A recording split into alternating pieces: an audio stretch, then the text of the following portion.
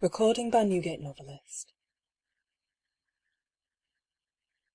Thurnley, Abbey by Perceval, Landon.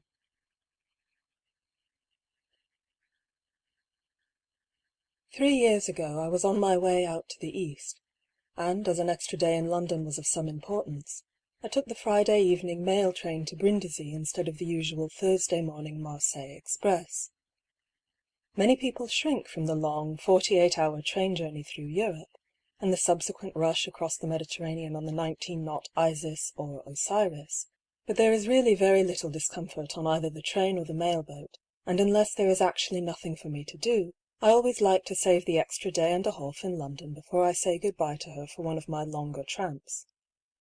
This time, it was early, I remember, in the shipping season, probably about the beginning of September. There were few passengers, and I had a compartment in the P&O Indian Express to myself all the way from Calais.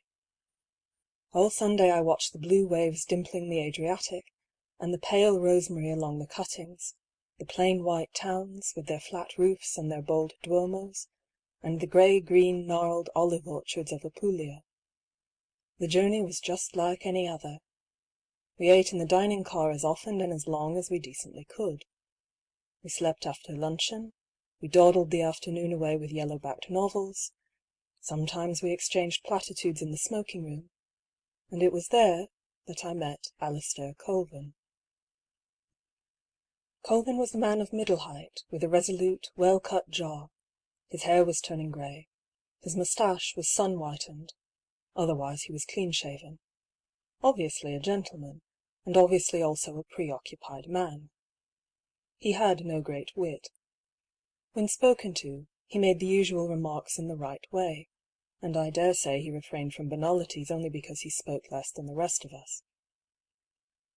Most of the time he buried himself in the Wagon-Lit Company's timetable, but seemed unable to concentrate his attention on any one page of it.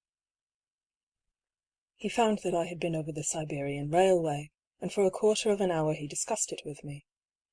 Then he lost interest in it, and rose to go to his compartment, but he came back again very soon, and seemed glad to pick up the conversation again. Of course, this did not seem to me to be of any importance. Most travellers by train become a trifle infirm of purpose after 36 hours rattling. But Colvin's restless way I noticed in somewhat marked contrast with the man's personal importance and dignity. Especially ill-suited to it was his finely made large hand with strong, broad, regular nails and its few lines. As I looked at his hand I noticed a long, deep, and recent scar of ragged shape. However, it is absurd to pretend that I thought anything was unusual. I went off at 5 o'clock on Sunday afternoon to sleep away the hour or two that had still to be got through before we arrived at Brindisi. Once there, we few passengers transhipped our hand-baggage, verified our berth — there were only a score of us in all — and then, after an aimless ramble of half an hour in Brindisi, we returned to dinner at the Hotel International, not wholly surprised that the town had been the death of Virgil. If I remember rightly, there is a gaily painted hall at the International. I do not wish to advertise anything, but there is no other place in Brindisi at which to await the coming of the mails. And after dinner I was looking with awe at a trellis overgrown with blue vines, when Colvin moved across the room to my table. He picked up Il Secolo, and almost immediately gave up the pretence of reading it. He turned squarely to me and said, "Would you do me a favour?" One doesn't do favours to stray acquaintances on Continental expresses without knowing something more of them than I knew of Colvin, but I smiled in a non-committal way, and asked him what he wanted. I wasn't wrong in part of my estimate of him. He said bluntly, "Will you let me sleep in your cabin on the Osiris?" And he coloured a little as he said it. Now, there is nothing more tiresome than having to put up with a stable companion at sea, and I asked him rather pointedly, "Surely there is room for all of us?" I thought that perhaps he had been partnered off with some mangy Levantine and wanted to escape from him at all hazards. Colvin, still somewhat confused, said, "Yes, I am in a cabin by myself. But you would do me the greatest favour if you would allow me to share yours." This was all very well, But, besides the fact that I always sleep better when alone, there had been some recent thefts on board English liners, and I hesitated, frank and honest and self-conscious as Colvin was.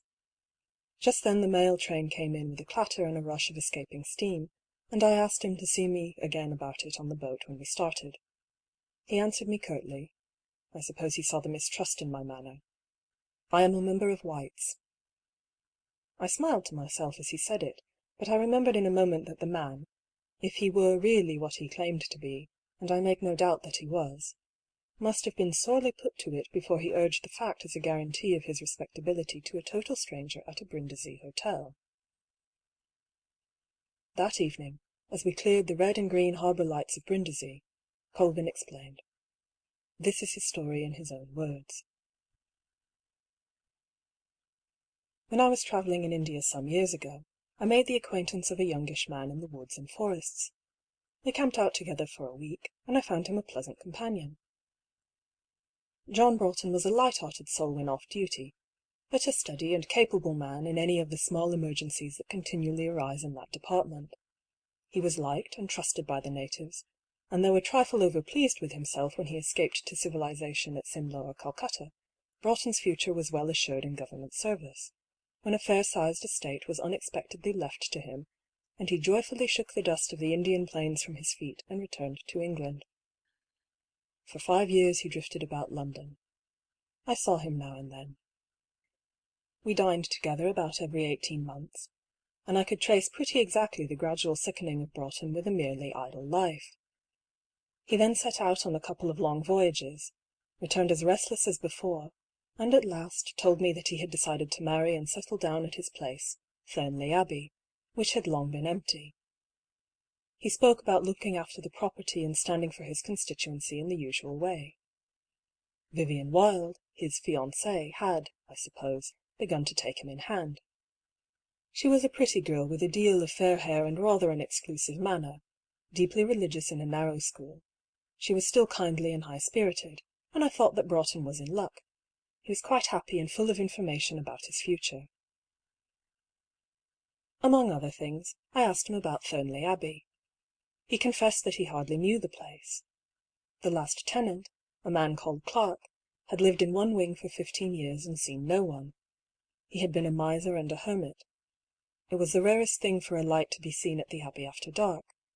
Only the barest necessities of life were ordered, and the tenant himself received them at the side door. His one half-caste manservant, after a month's stay in the house, had abruptly left without warning, and had returned to the southern states. One thing Broughton complained bitterly about. Clark had wilfully spread the rumour among the villagers that the Abbey was haunted, and had even condescended to play childish tricks with spirit lamps and salt in order to scare trespassers away at night. He had been detected in the act of this tomfoolery, but the story spread, and no one, said Broughton, would venture near the house except in broad daylight. The hauntedness of Thurnley Abbey was now, he said with a grin, part of the gospel of the countryside, but he and his young wife were going to change all that. Would I propose myself any time I liked? I, of course, said I would, and equally, of course, intended to do nothing of the sort without a definite invitation. The house was put in thorough repair, though not a stick of the old furniture and tapestry were removed. Floors and ceilings were relaid, the roof was made watertight again, and the dust of half a century was scoured out. He showed me some photographs of the place. It was called an abbey, though as a matter of fact it had been only the infirmary of the long-vanished Abbey of Closter, some 5 miles away. The larger part of the building remained as it had been in pre-Reformation days. But a wing had been added in Jacobean times, and that part of the house had been kept in something like repair by Mr. Clark. He had in both the ground and first floors set a heavy timber door, strongly barred with iron, in the passage between the earlier and the Jacobean parts of the house, and had entirely neglected the former. So there had been a good deal of work to be done. Broughton, whom I saw in London 2 or 3 times about this period, made a deal of fun over the positive refusal of the workmen to remain after sundown. Even after the electric light had been put into every room, nothing would induce them to remain, though, as Broughton observed, electric light was death on ghosts. The legend of the Abbey's ghosts had gone far and wide, and the men would take no risks. They went home in batches of 5 and 6, and even during the daylight hours there was an inordinate amount of talking between one and another, if either happened to be out of sight of his companion. On the whole, though nothing of any sort or kind had been conjured up even by their heated imaginations during their 5 months' work upon the Abbey, the belief in the ghosts was rather strengthened than otherwise in Thurnley because of the men's confessed nervousness, and local tradition declared itself in favour of the ghost of an immured nun. "Good old nun," said Broughton. I asked him whether, in general, he believed in the possibility of ghosts, and, rather to my surprise, he said that he couldn't say he entirely disbelieved in them. A man in India had told him one morning in camp that he believed that his mother was dead in England, as her vision had come to his tent the night before. He had not been alarmed, but had said nothing, and the figure vanished again. As a matter of fact, the next possible Dackwalla brought on a telegram announcing the mother's death. There the thing was, said Broughton. But at Thurnley he was practical enough. He roundly cursed the idiotic selfishness of Clark, whose silly antics had caused all the inconvenience. At the same time, he couldn't refuse to sympathise, to some extent, with the ignorant workman. My own idea, said he, is that if a ghost ever does come in one's way, one ought to speak to it. I agreed. Little as I knew of the ghost world and its conventions, I had always remembered that a spook was in honour bound to wait to be spoken to.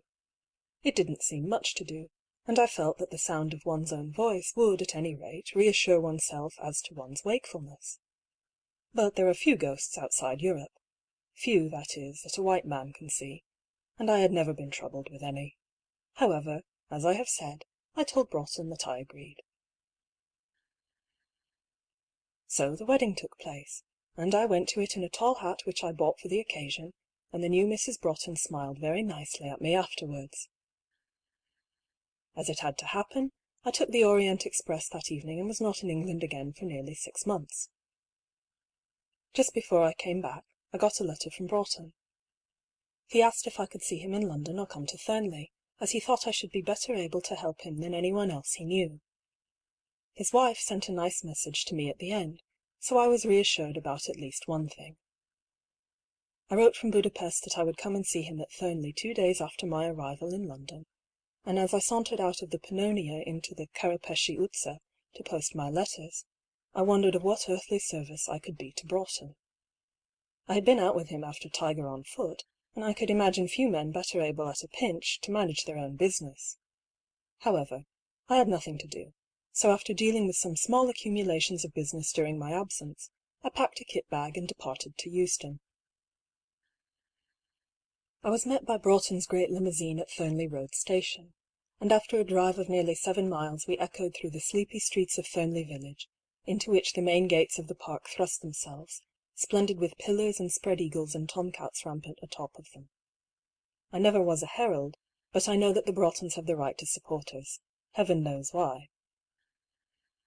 From the gates, a quadruple avenue of beech trees led inwards for 1/4 of a mile. Beneath them a neat strip of fine turf edged the road and ran back until the poison of the dead beech leaves killed it under the trees. There were many wheel tracks on the road, and a comfortable little pony trap jogged past me laden with a country parson and his wife and daughter. Evidently there was some garden party going on at the Abbey. The road dropped away to the right at the end of the avenue, and I could see the Abbey across a wide pasturage and a broad lawn thickly dotted with guests. The end of the building was plain. It must have been almost mercilessly austere when it was first built, but time had crumbled the edges and toned the stone down to an orange-lichened grey wherever it showed behind its curtain of magnolia, jasmine, and ivy. Farther on was the 3-storey Jacobean house, tall and handsome. There had not been the slightest attempt to adapt the one to the other, but the kindly ivy had glossed over the touching point.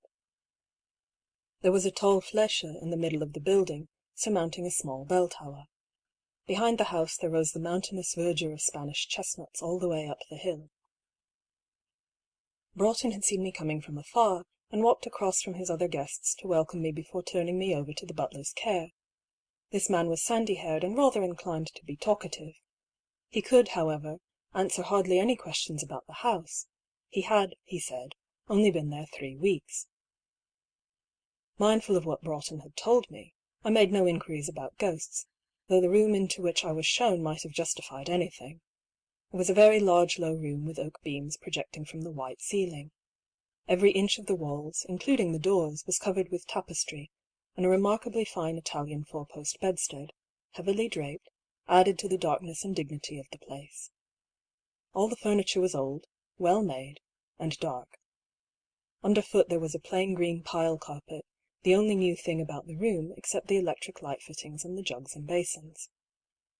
Even the looking-glass on the dressing-table was an old pyramidal Venetian glass set in heavy repoussé frame of tarnished silver. After a few minutes cleaning up, I went downstairs and out upon the lawn, where I greeted my hostess. The people gathered there were of the usual country type, all anxious to be pleased and roundly curious as to the new master of the Abbey. Rather to my surprise, and quite to my pleasure, I rediscovered Glenham, whom I had known well in old days in Burrowsland. He lived quite close, as he remarked with a grin, I ought to have known. But, he added, I don't live in a place like this.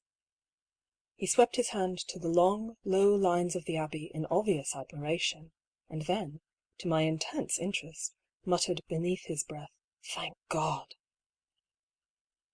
He saw that I had overheard him, and turning to me said decidedly, "Yes, thank God, I said, and I meant it. I wouldn't live at the Abbey for all Broughton's money." "But surely," I demurred, "you know that old Clark was discovered in the very act of setting light on his bugaboos?" Glenham shrugged his shoulders. "Yes, I know about that. But there is something wrong with the place still. All I can say is that Broughton is a different man since he has lived there. I don't believe that he will remain much longer. But, you're staying here? Well, you'll hear all about it tonight. There's a big dinner, I understand." The conversation turned off to old reminiscences, and Glenham soon after had to go. Before I went to dress that evening I had 20 minutes' talk with Broughton in his library. There was no doubt that the man was altered, gravely altered. He was nervous and fidgety, and I found him looking at me only when my eye was off him. I naturally asked him what he wanted of me. I told him I would do anything I could, but that I couldn't conceive what he lacked that I could provide. He said with a lustreless smile that there was, however, something, and that he would tell me the following morning. It struck me that he was somehow ashamed of himself, and perhaps ashamed of the part he was asking me to play. However, I dismissed the subject from my mind and went up to dress in my palatial room. As I shut the door, a draught blew out the Queen of Sheba from the wall, and I noticed that the tapestries were not fastened to the wall at the bottom. I have always held very practical views about spooks, and it has often seemed to me that the slow waving in firelight of loose tapestry upon a wall would account for 99% of the stories one hears. Certainly, the dignified undulation of this lady with her attendants and huntsmen, one of whom was untidily cutting the throat of a fallow deer, upon the very steps on which King Solomon, a grey-faced Flemish nobleman with the Order of the Golden Fleece, awaited his fair visitor, gave colour to my hypothesis. Nothing much happened at dinner.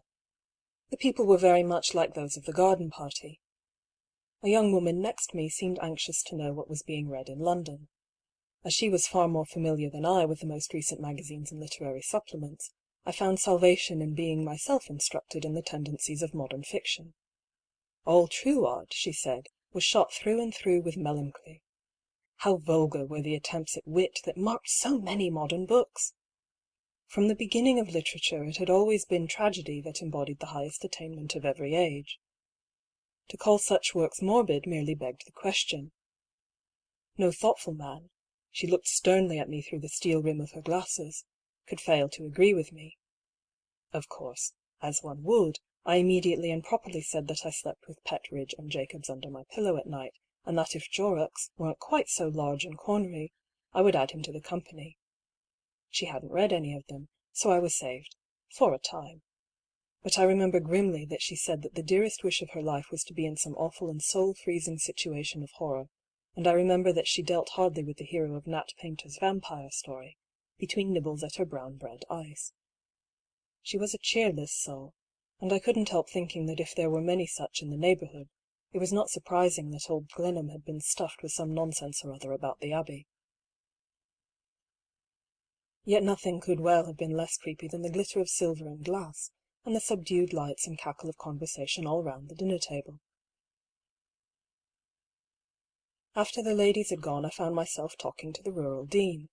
He was a thin, earnest man, who at once turned the conversation to old Clark's buffooneries.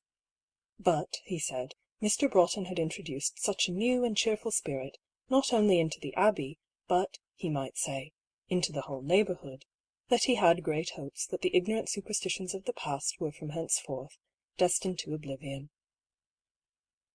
Thereupon his other neighbour, a portly gentleman of independent means and position, audibly remarked, "Amen," which damped the rural dean, and we talked to partridges past, partridges present, and pheasants to come.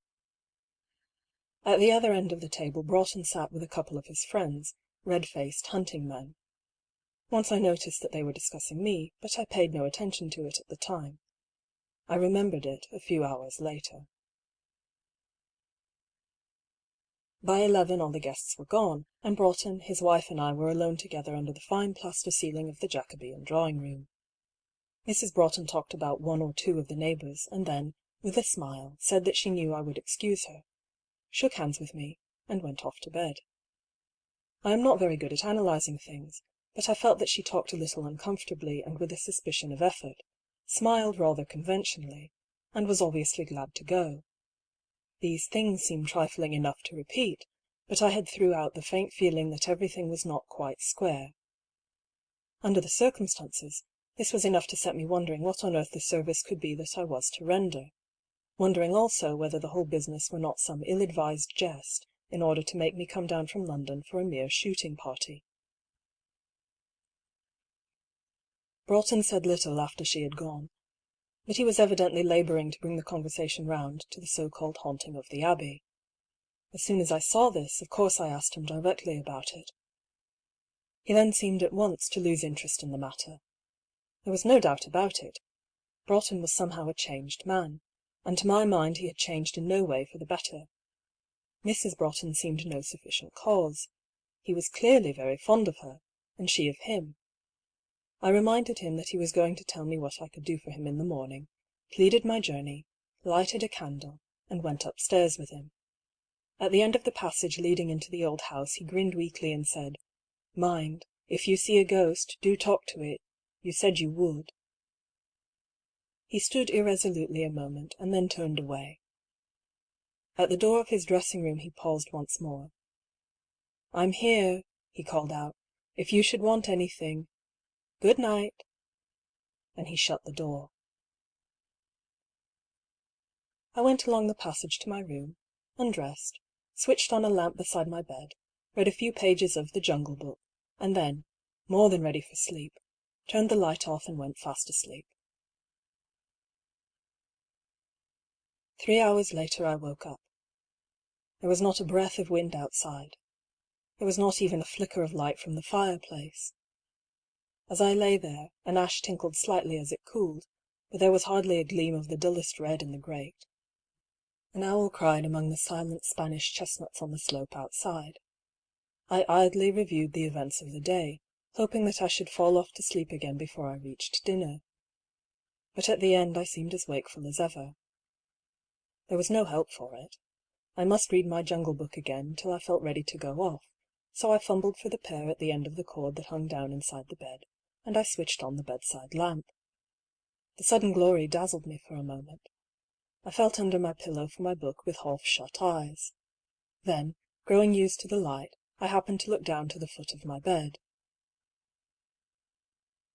I can never tell you really what happened then. Nothing I could ever confess in the most abject words could even faintly picture to you what I felt. I know that my heart stopped dead, and my throat shut automatically. In one instinctive movement I crouched back up against the headboards of the bed, staring at the horror. The movement set my heart going again, and the sweat dripped from every pore. I am not a particularly religious man, but I had always believed that God would never allow any supernatural appearance to present itself to man in such a guise and in such circumstances, that harm, either bodily or mental, could result to him. I can only tell you that at the moment both my life and my reason rocked unsteadily on their seats. The other Osiris passengers had gone to bed. Only he and I remained leaning over the starboard railing, which rattled uneasily now and then under the fierce vibration of the over-engined mail-boat. Far over, there were the lights of a few fishing smacks riding out the night, and a great rush of white combing and seething water fell out and away from us overside. At last Colvin went on. Leaning over the foot of my bed, looking at me, was a figure swathed in a rotten and tattered veiling. This shroud passed over the head, but left both eyes and the right side of the face bare. It then followed the line of the arm down to where the hand grasped the bed-end. The face was not entirely that of a skull, though the eyes and the flesh of the face were totally gone. There was a thin, dry skin drawn tightly over the features, and there was some skin left on the hand. One wisp of hair crossed the forehead. It was perfectly still. I looked at it, and it looked at me, and my brains turned dry and hot in my head. I had still got the pair of the electric lamp in my hand, and I played idly with it, only I dared not turn the light out again. I shut my eyes, only to open them in a hideous terror the same second. The thing had not moved. My heart was thumping, and the sweat cooled me as it evaporated. Another cinder tinkled in the grate, and a panel creaked in the wall. My reason failed me. For 20 minutes, or 20 seconds, I was able to think of nothing else but this awful figure, till there came, hurtling through the empty channels of my senses, the remembrances that Broughton and his friends had discussed me furtively at dinner. The dim possibility of its being a hoax stole gratefully into my unhappy mind, and once there, one's pluck came creeping back along 1,000 tiny veins. My first sensation was one of blind, unreasoning thankfulness that my brain was going to stand the trial. I am not a timid man, but the best of us needs some human handle to steady him in time of extremity, and in this faint but growing hope that after all it might be only a brutal hoax, I found the fulcrum that I needed. At last I moved. How I managed to do it I cannot tell you, but with one spring towards the foot of the bed I got within arm's length and struck out one fearful blow with my fist at the thing. It crumbled under it, and my hand was cut to the bone. With a sickening revulsion after my terror, I dropped, half fainting across the end of the bed. So it was merely a foul trick after all. No doubt the trick had been played many a time before, no doubt Broughton and his friends had had some large bet among themselves as to what I should do when I discovered the gruesome thing. From my state of abject terror I found myself transported into an insensate anger. I shouted curses upon Broughton. I dived rather than climbed over the bed-end of the sofa. I tore at the robed skeleton. How well the whole thing had been carried out, I thought. I broke the skull against the floor and stamped upon its dry bones. I flung the head away under the bed, and rent the brittle bones of the trunk in pieces. I snapped the thin thigh bones across my knee, and flung them in different directions. The shin bones I set up against a stool and broke with my heel. I raged like a berserker against the loathly thing, and stripped the ribs from the backbone and slung the breastbone against the cupboard. My fury increased as the work of destruction went on. I tore the frail, rotten veil into 20 pieces, and the dust went up over everything, over the clean blotting paper and the silver inkstand. At last my work was done. There was but a raffle of broken bones and strips of parchment and crumbling wool. Then, picking up a piece of the skull — it was the cheek and temple bone of the right side, I remember — I opened the door and went down the passage to Broughton's dressing-room. I remember still how my sweat-dripping pyjamas clung to me as I walked. At the door I kicked and entered. Broughton was in bed. He had already turned the light on and seemed shrunken and horrified. For a moment he could hardly pull himself together. Then I spoke. I don't know what I said. Only I know that from a heart full and overfull with hatred and contempt, spurred on by shame of my own recent cowardice, I let my tongue run on. He answered nothing. I was amazed at my own fluency. My hair still clung lankily to my wet temples, my hand was bleeding profusely, and I must have looked a strange sight. Broughton huddled himself up at the head of the bed, just as I had. Still he made no answer, no defence. He seemed preoccupied with something besides my reproaches, and once or twice moistened his lips with his tongue. But he could say nothing though he moved his hands now and then, just as a baby who cannot speak moves its hands. At last the door into Mrs. Broughton's rooms opened, and she came in, white and terrified. "What is it? What is it? Oh, in God's name, what is it?" she cried again and again, and then she went up to her husband and sat on the bed in her nightdress, and the two faced me. I told her what the matter was. I spared her husband not a word for her presence there. Yet he seemed hardly to understand. I told the pair that I had spoiled their cowardly joke for them. Broughton looked up. "I have smashed the foul thing into 100 pieces," I said. Broughton licked his lips again, and his mouth worked. "By God!" I shouted, "it would serve you right if I thrashed you within an inch of your life. I will take care that not a decent man or woman of my acquaintance ever speaks to you again. And there," I added, throwing the broken piece of the skull upon the floor beside his bed, "there is a souvenir for you of your damned work tonight." Broughton saw the bone, and in a moment it was his turn to frighten me. He squealed like a hare caught in a trap. He screamed and screamed till Mrs. Broughton, almost as bewildered as myself, held on to him and coaxed him like a child to be quiet. But Broughton, and as he moved I thought that 10 minutes ago I perhaps looked as terribly ill as he did, thrust her from him, and scrambled out of bed onto the floor, and still screaming put out his hand to the bone. It had blood on it from my hand. He paid no attention to me whatever. In truth, I said nothing. This was a new turn indeed to the horrors of the evening. He rose from the floor with the bone in his hand and stood silent. He seemed to be listening. Time, perhaps," he muttered, and almost at the same moment, fell at full length on the carpet, cutting his head against the fender. The bone flew from his hand and came to rest near the door. I picked Broughton up, haggard and broken, with blood over his face.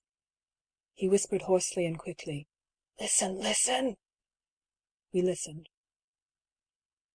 After 10 seconds' utter quiet, I seemed to hear something. I could not be sure, but at last there was no doubt. There was a quiet sound as one moving along the passage.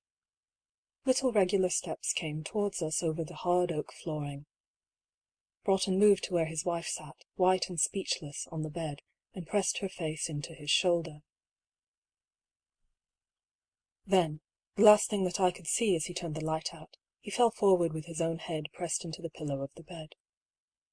Something in their company, something in their cowardice, helped me, and I faced the open doorway of the room, which was outlined fairly clearly against the dimly lighted passage. I put out one hand and touched Mrs. Broughton's shoulder in the darkness. But at the last moment I too failed. I sank on my knees and put my face in the bed. Only, we all heard. The footsteps came to the door, and there they stopped. The piece of bone was lying a yard inside the door. There was a rustle of moving stuff, and the thing was in the room. Mrs. Broughton was silent. I could hear Broughton's voice praying, muffled in the pillow. I was cursing my own cowardice. Then the steps moved out again on the oak boards of the passage, and I heard the sounds dying away. In a flash of remorse I went to the door and looked out. At the end of the corridor I thought I saw something that moved away. A moment later the passage was empty. I stood with my forehead against the jamb of the door, almost physically sick. "You can turn the light on," I said, and there was an answering flare. There was no bone at my feet. Mrs. Broughton had fainted. Broughton was almost useless, and it took me 10 minutes to bring her to. Broughton only said one thing worth remembering. For the most part he went on muttering prayers. But I was glad afterwards to recollect that he had said that thing. He said, in a colourless voice, half as a question, half as a reproach, "You didn't speak to her." We spent the remainder of the night together. Mrs. Broughton actually fell off into a kind of sleep before dawn, but she suffered so horribly in her dreams that I shook her into consciousness again. Never was dawn so long in coming. 3 or 4 times Broughton spoke to himself. Mrs. Broughton would then just tighten her hold on his arm, but she could say nothing. As for me, I can honestly say that I grew worse as the hours passed and the light strengthened. The 2 violent reactions had battered down my steadiness of view, and I felt that the foundations of my life had been built upon the sand. I said nothing, and after binding up my hand with a towel, I did not move. It was better so. They helped me, and I helped them, and we all 3 knew that our reason had gone very near to ruin that night. At last, when the light came in pretty strongly, and the birds outside were chattering and singing, we felt that we must do something. Yet we never moved. You might have thought that we should particularly dislike being found as we were by the servants, yet nothing of that kind mattered a straw, and an overpowering listlessness bound us as we sat until Chapman, Broughton's man, actually knocked and opened the door. None of us moved. Broughton, speaking hardly and stiffly, said, "Chapman, you can come back in 5 minutes." Chapman was a discreet man, but it would have made no difference to us if he had carried his news to the room at once. We looked at each other and I said I must go back. I meant to wait outside till Chapman returned. I simply dared not re-enter my bedroom alone. Broughton roused himself and said he would come with me. Mrs. Broughton agreed to remain in her own room for 5 minutes if the blinds were drawn up and all the doors left open. So Broughton and I, leaning stiffly one against the other, went down to my room. By the morning light that filtered past the blinds we could see our way, and I released the blinds. There was nothing wrong with the room from end to end, except smears of my own blood on the end of the bed, on the sofa, and on the carpet where I had torn the thing to pieces. Colvin had finished his story. There was nothing to say. 7 bells stuttered out from the forecastle, and the answering cry wailed through the darkness. I took him downstairs. Of course, I am much better now, but it is a kindness of you to let me sleep in your cabin.